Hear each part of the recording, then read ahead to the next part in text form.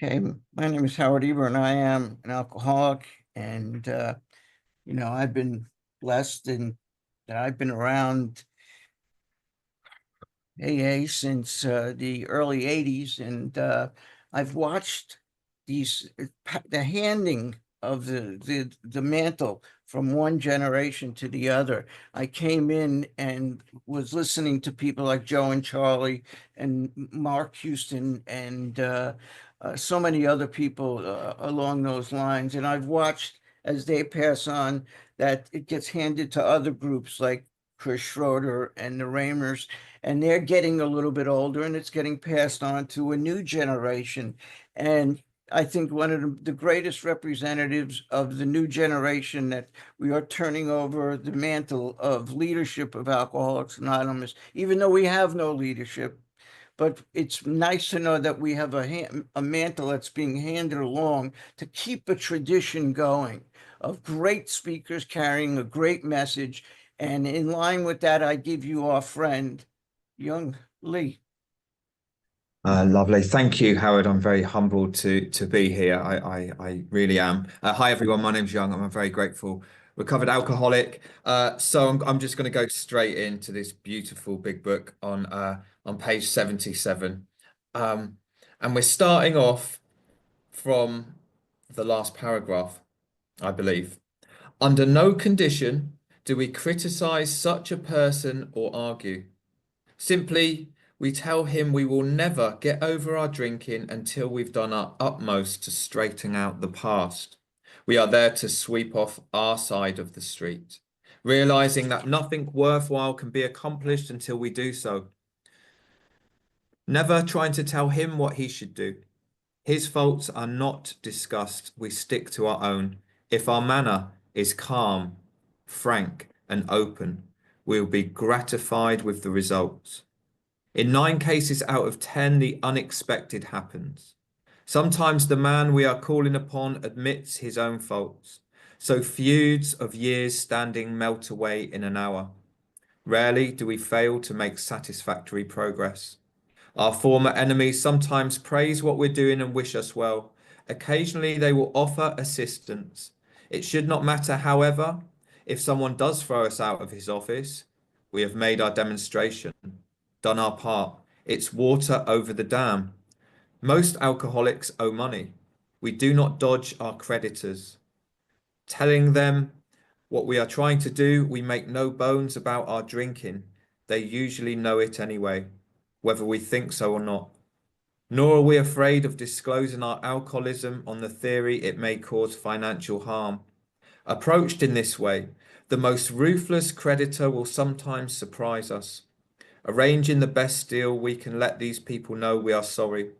Our drinking has made us slow to pay. We must lose our fear of creditors, no matter how far we have to go, for we are liable to drink if we are afraid to face them. I forgot to stop reading. I just got so into it then. What came into my mind was something a newcomer said to me today. You know those newcomers who just suddenly are lit up by this big book and the slight changes they're feeling inside them. A few weeks ago, this guy, I didn't think he was anyway. He said, "Do you know what, Young? It's all in this book, isn't it? You know, like this big discovery. It's all precise, isn't it? It's all precise." And I said, "Yes." And what made me think that in that moment, because those instructions there, you know, I started on under no condition do we criticize such a person or argue. You know, so clear how I do this amends. I'm not going to criticize you or argue. And I look at that as a life instruction, these spiritual principles. Imagine if I can go through the rest of my life not criticizing or not arguing. Wow, that would be a very peaceful place, and I'd be so close to God, I might be floating. So I'll probably never get there, but I can aim for that. But sticking to the amends of what we've been reading, and a few lines before that, the instructions were, I go to this person who I've caused harm in a helpful and forgiving spirit. And I don't criticize and I don't argue. Now, for a sane mind, that makes absolute sense. Why would I criticize or argue someone that I've harmed? Why would I not go in a helpful and forgiving spirit to someone that I've harmed? But me, before I've gone through these steps and gone through the shift, even if I've harmed you, I'm still going to argue with you.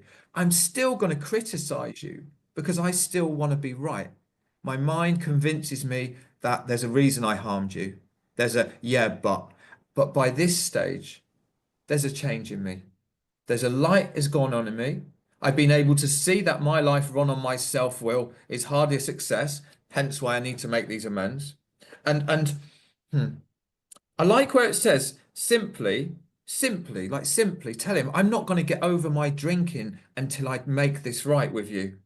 In the same way it says earlier on, somewhere in the book, um, step five, somewhere in step five, it says,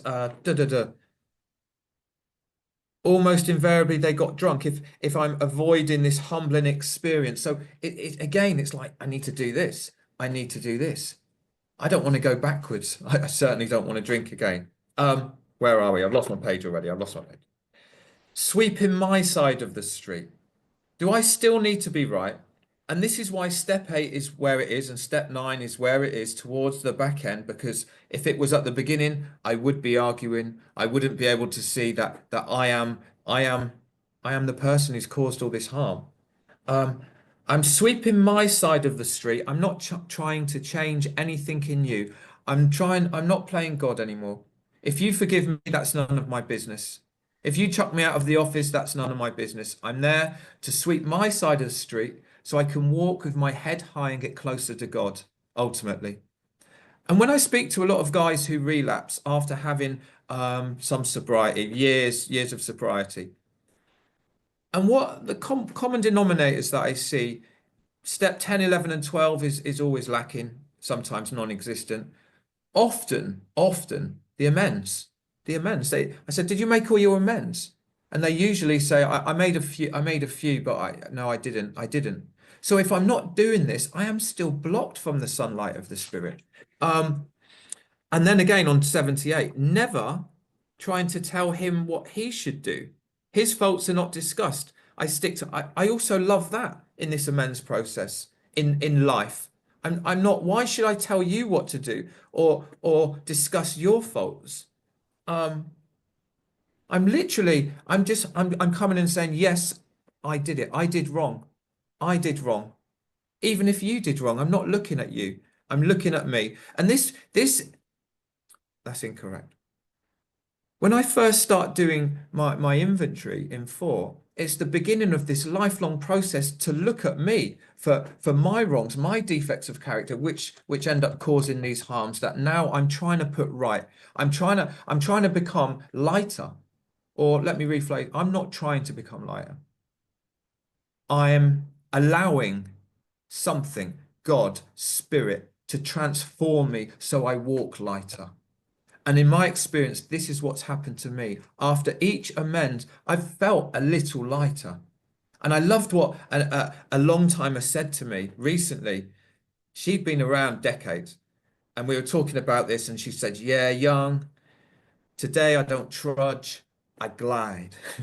And I thought, I want to glide. I'm going to follow her. So I got her number, and we talked about this amends process of her experience.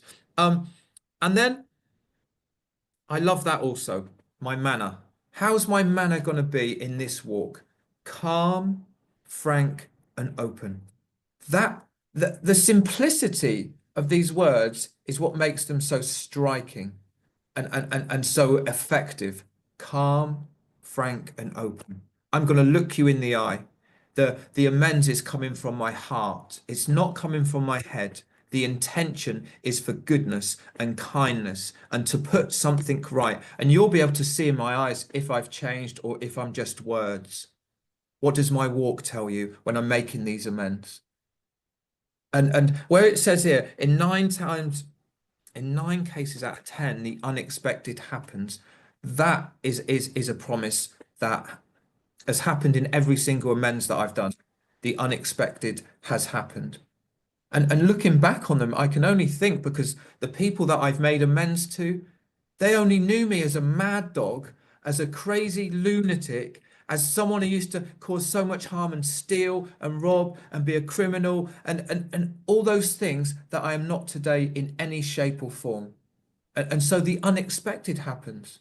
They cried with me. They asked me things, when I said, how can I put this right? That I wouldn't imagine you trust me like that. But today, absolutely. So the unexpected happens. Our former enemies sometimes praise what we're doing and wish us well because they can see the change. Um, and where it says, did I read that? I think I did. Um, Maybe I didn't. I'm sure I read the bit where it says if someone throws us out of the office, I can't see it, but that kind of did happen to me. Um, my ex-father-in-law, he a big Glaswegian man, a big Scottish Irish guy. He wanted to kill me. He wanted to kill me, but he said, "Yeah, I'll see you." Very stern, old school, macho guy, and yeah, he threw me out of his house. But I did my part. I did what I could do. And I've been pondering around some of these amends recently. For example, I know we're not there yet in the book, but my younger brother told me he never wants to see me again. He allowed me to write him a letter, but I think I'm going to approach that again. And I know I'm kind of jumping around slightly. Where are we? So I've done my demonstration. And I think I said this last week. In my experience, each amends I did, a little part of me died. That I don't know how to phrase it. That part of me that kept me in the lower power. The light kept on going on more and more each amends that I did. Each amends I did, something grew. God grew inside me to give me strength to guide me into the next. Because often the amends that I do, the one that was coming next, I felt afraid, I felt scared, I felt confused. But each one I did, I seemed to get more courage and more patience and more willingness. More willingness was because I don't think I can give myself willingness. I think it comes from this action, this practical action, these practical instructions, and the fire goes on more and more inside me. That's been my experience. And then, how are we doing for time? Most alcoholics owe money. I've not met one that hasn't. And I owed a lot of money when I came into you. When I came into you, I had one bag of clothes. I'd ripped off a lot of companies, a lot of individuals. I was doing a lot of crime in the last 10 years of my life. Um, and I didn't know where to start. I did not know where to start. I thought I need to look after me. And my sponsor said, well, that's the problem. That's the problem. You trying to look after you is the problem. Now, I remember him saying this to me. He said, Young, as long as you have £5 or $5 in your back pocket, a big book, and you're helping others, you'll always be looked after. And that's been my experience. That's been, and I didn't know if he was telling the truth, but I knew he wasn't lying to me. And so when he said to me, let's put these things on paper, what do you owe? And it terrified me. I was filled with so much fear to write down all these debts. I didn't know where I'd start. And he said, well, we start at the beginning. Let's just keep this thing simple. He read me this bit here, and what I really focused in on is that I'll be liable to drink if I'm afraid to face them. That warning hit me in the head like a baseball bat. I know I'll die if I drink again. I know I die. Okay, let's sit down. Let's write these out then. I started writing them. I started writing them. And he said to me, okay, let's start with the individuals first who you owe money to. The companies, and look, this is only my experience. I'm not saying this is the right way. He said the companies can wait. Let's start with the individuals. And all I could do was offer some of them like £1 a week. I had no money. I had nothing. I was on welfare when I came to you guys. But he said to me, it's the demonstration, Young. It's you're doing something. You're not just sat on your backside saying, I'm sober now. Everyone forgive me. And do you know what happened? Some of those guys that I went to and I said, I can pay you £1 a week. And they said, Young, the fact you're offering that, I'm going to wipe this clean. just stay on this path, just stay on this path. Some of them, yep, they wanted the money, and I paid it off, and it took a while to do that because it took me 2 years to get a job when I first got sober. Now, some of those debts I'm still paying off 6.5 years later. I've got two student loans that I pay £400 a month, paying them off because money is not my God today. Money is not my God today. Of course, I don't want to be poor again. And when I say poor, I don't mean not being able to afford a holiday. I mean not being able to eat. But money is not my God. I've lost fear of that. I've lost fear because going back to early on in the book where it says, I have to put my old ideas aside. You know that bit? One of the old ideas I had is that money was the way to happiness and contentment. And I know it absolutely isn't. My way to happiness and contentment, surprise, surprise. Well, one of the ways has been paying off these debts of mine. I feel a new freedom. Financial insecurity, gone. It's gone. That's crazy. 99.99%. Of course, sometimes a little percentage comes in and tries to throw me around, and then I just get into prayer meditation. So also what I think about in this bit where it says we do not dodge creditors. Because I don't know about you, but I was always dodging creditors. Either people that I'm seeing walking up the street or bills that are coming in, I'm just ignoring them. And because of that, I feel this restlessness. I feel I'm looking over my shoulder and it keeps me in the darkness, and I no longer want to be in the darkness. And also, what comes to mind in this paragraph is tradition 7. Tradition 7. I want to be fully self-supporting today. Declining outside contributions. I don't want to be someone who owes you. I'd rather be someone who gives to you today, because there's my freedom. There's my light by giving. Because when I've been taking, which I have, which is the reason I had to pay back all this money, when I take from you, I'm taking from my soul. But when I'm giving to you, I'm giving to my soul. That seems to be my experience. So I need to lose fear of my creditors. You know, I'll tell a quick story. I think this relates to this. This was how insane I was. Before things went really bad in my alcoholism, I had a nice Mercedes car because I used to make money, and it got taken off me by the police because things were getting bad. I wasn't paying the insurance, and they took it off me. And all I needed to do was pay a small amount of money to get it back. But because I was insane, I went back to the family home, and the children's mother said, "Where's the car?" And I said, I took it to the garage, and they said it's no good and had to be scrapped. And she said, "What?" I said, "Yeah, I need to borrow some money off you to buy a new car." Absolutely insane, twisted thinking, but all this money that I took off people, I didn't just take their money, I took their peace of mind. I took their love. It was more than money, because money is just money. I took so much more. And the words that I've got written on my book here relating to these and another paragraph: honesty, faith, integrity, objectionable. This whole program, my whole life needs to be based on these spiritual principles. Honesty. So how can I live if I still owe someone money in this program? And early on, when I came in, and I would get some money and I'd buy a new pair of sneakers, and my sponsor would say, "That's not your money, young. You still owe people money, and you're spending this money on yourself on expensive sneakers because you want to look good. Have you got any integrity? Are you willing to go to any lengths?" Throw these questions at me. He wouldn't tell me what to do, but each question was like a nudge, and my behavior started to become more and more objectionable, like those defects of character. Do I have faith in God that I'm going to be looked after if I pay this money? Because What's going to stop me from paying back my creditors? My self-will, my fear, my lack of trust in God.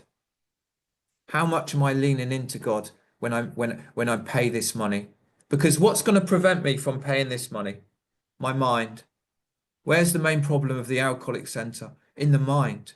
My mind does not seem to encourage me to do things that are going to be good for me on the long term. Seems to convince me that it's a bad idea to pay off my creditors. But today, or even when I was doing this, my mind stops becoming my God.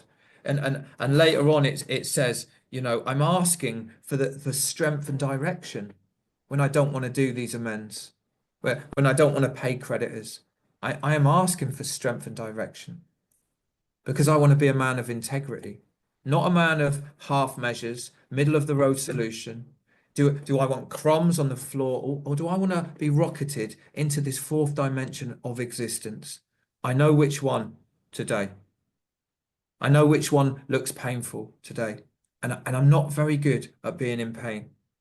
So I'm just gonna go over that tiny bit. So what I've got so far in these short parts that I've read, I've got the instructions on the manner I'm going to approach you. Helpful, forgiving. Helpful and forgiving. Why? Because it's the right thing to do. You know, it says just do the right thing. What's that expression? Just do the next right thing, which I had no idea what that meant. By now, I have got some small idea because I've done a step 5. I can see my self-will. I can see my defects of character. I can see they are my difficulties. They're the things that block me from the sunlight of the Spirit. So of course I'm going to be helpful and forgiving. Of course I'm not going to criticize you or argue. Do I still need to be right? I should be just holding out my hand saying, yes, I did wrong. How can I put this right? I'm not going to tell you what to do because I don't know about you, but normally when I try and tell someone what to do and say, right, Andy, you should do that, someone doesn't say, oh, thanks for telling me. Thanks for criticizing me. Thanks for trying to tell me what to do. So I'm not going to try and tell you what to do. And I'm going to, I'm going to, I'm going to hope, I'm going to pray that God directs me and enables me to approach you in a calm, frank, and open way. Because I need to be holding hand in hand with the sunlight of the Spirit. Because me, in my self-will, I want to be right still. Can I be small when I do these amends? Can I be humble? Um, I love the word demonstration. And the creditors thing for me is huge, is absolutely huge. I must, it says, I must, that's so clear. I must lose my fear of creditors, no matter how far we have to go, because we are liable to drink if we are afraid to face them. Because earlier on, and I discovered that the root of my troubles was selfish and self-centered behavior, which causes these harms, driven by 100 forms of fear. So I need to lose this fear. I need to go to God. God, please remove my fear and show me what you want me to be here. And that's generally the prayer that I do before each one of these amends. Well, I do quite a lot of prayer before each amends. Yeah, that's a huge warning. I'm liable to drink if I'm afraid to face them.